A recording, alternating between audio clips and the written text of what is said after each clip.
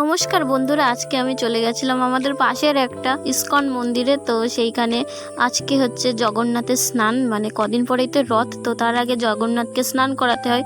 তো তার জন্য আমি চলে গেছিলাম। এইখানে দেখো সবাই স্নান করছে, তারপরে কাপড় ছেড়ে তারপরে জগন্নাথকে স্নান করাবে। তো এইখানে দেখো এই যে রান্নাঘর, আর রান্নাঘরে নানান ধরনের ভোগ রান্না হচ্ছে শ্রী জগন্নাথের জন্য। আর এইখানে দেখো কত কিছু দিয়ে জগন্নাথকে স্নান করানো হচ্ছে, মানে অভিষেক করানো হচ্ছে।